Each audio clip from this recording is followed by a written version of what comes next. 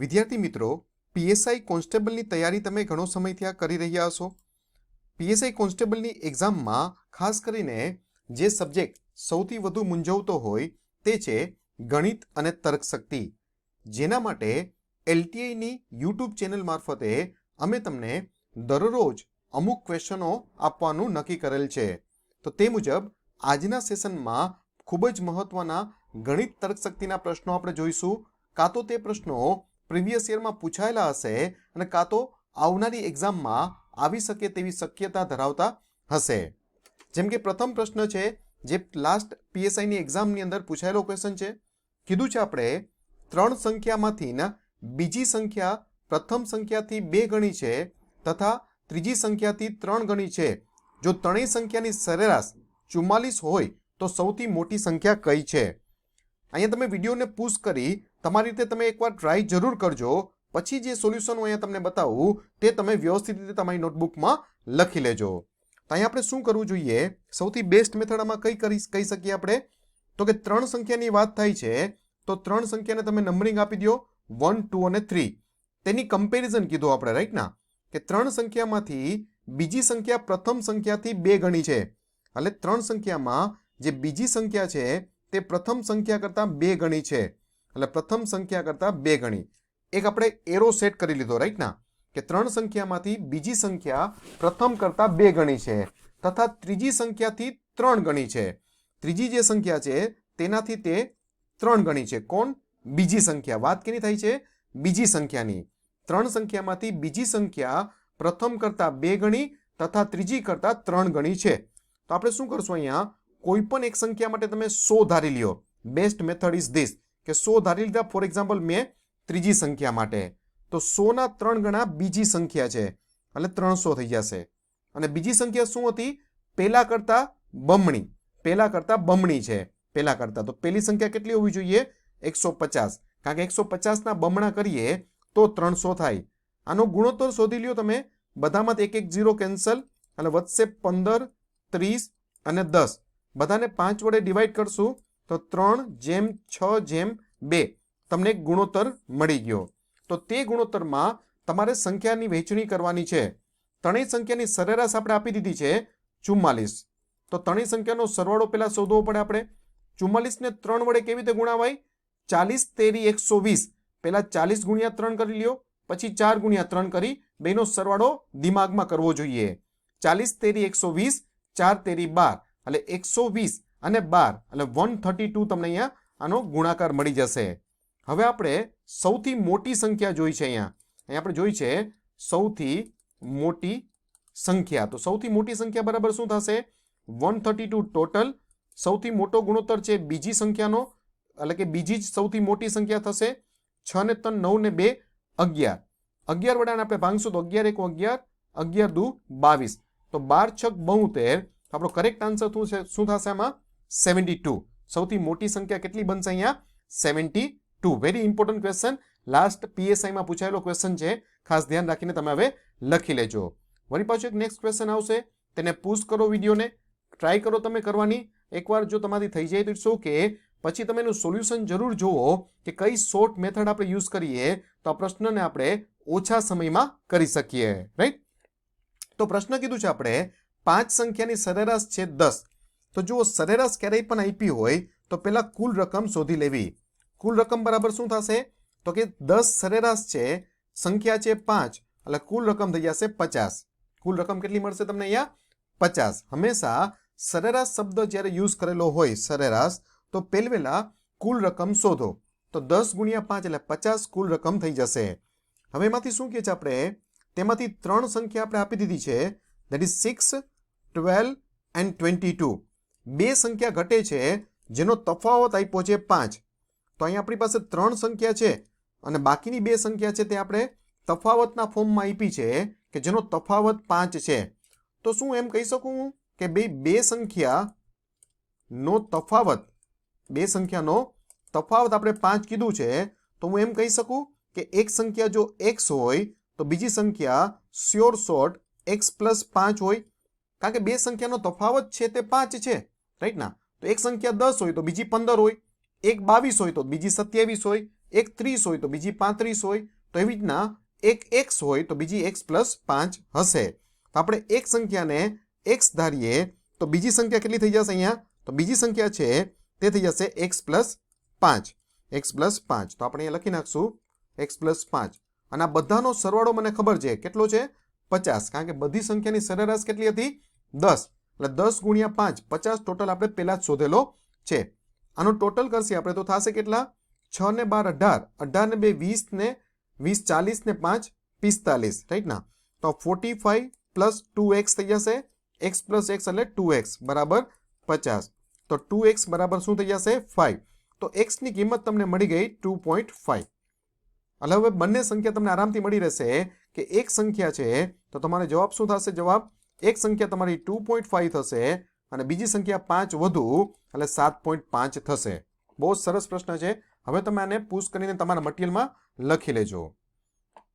ફરી પાછો એક ક્વેશ્ચન છે તમારી સામે, બહુ જબરદસ્ત ક્વેશ્ચન. અગેન વિડીયોને પુશ કરીને ખુદ એકવાર ટ્રાય તો જરૂર કરો, પછી તમે મેથડને જુઓ અને તમારી નોટબુકમાં અપડેટ કરતા જાઓ. શું કહે છે આપણે? 4 સંખ્યાની સરેરાશ છે 60. હવે તમે ફટાકે એક વસ્તુ સમજી જશો કે 4 સંખ્યાની સરેરાશ 60 છે તો 4 સંખ્યાનો જે ટોટલ છે ઇટ મસ્ટ બી 240, રાઈટ ના? It must be 240. તેમાંથી સૌથી મોટી સંખ્યા 90 છે, સૌથી નાની સંખ્યા છે તે 20 છે, બાકીની બે સંખ્યાનો તફાવત 10 છે. તો હવે તમે આરામથી કહી શકો કે એક સંખ્યા જો x હોય તો બીજી જે સંખ્યા છે તે x + 10 હશે. કારણ કે બે સંખ્યાનો તફાવત અહીંયા કેટલો આપ્યો છે? આપણે 10 આપ્યો છે, ધેટ્સ વાય. અને બધાનો ટોટલ આપણે ખબર છે ધેટ ઇઝ 240. બધાનો ટોટલ કેટલો થશે? 240. હવે આરામથી તમે આનો ટોટલ કરી લ્યો તો it will be 120 + 2x. x + x કેટલા થઈ જશે? 2x, રાઈટ ના? 120 સામે જશે તો બાદ થઈ જશે એટલે 2x = 120. તો x ની કિંમત આપણે અહીંયા મળી જશે 60. તો હવે આપણે બે સંખ્યા કઈ કઈ કહી શકશે? અહીંયા આપણો જવાબ શું બનશે? એક સંખ્યા 60 હશે અને બીજી 60 + 10 એટલે કે બીજી સંખ્યા 70 હશે. એટલે ઇઝીલી તમે પ્રશ્નને કરી શકશો આને, રાઈટ ના? ફરી પાછો એક ક્વેશ્ચન છે તમારી સામે. વિડીયોને પુશ કરીને ટ્રાય કરો અને કરવાની. પછી હું તમને મેથડ આપું છું, તે મેથડને ફોલો કરીને જોવો જોઈએ કે તમે મેથડ કરેલી છે તે તમારાથી ઓછા સમયમાં થાય છે કે જે મેથડ LTA તમને આપવામાં આવી રહી છે તે મેથડથી તમે એને ઓછા સમયમાં કરી શકો છો, તે તમે જણાવજો. કે છે આપણે બે સંખ્યાનો ગુણોત્તર, બે સંખ્યાનો ગુણોત્તર છે તે 11:13 છે.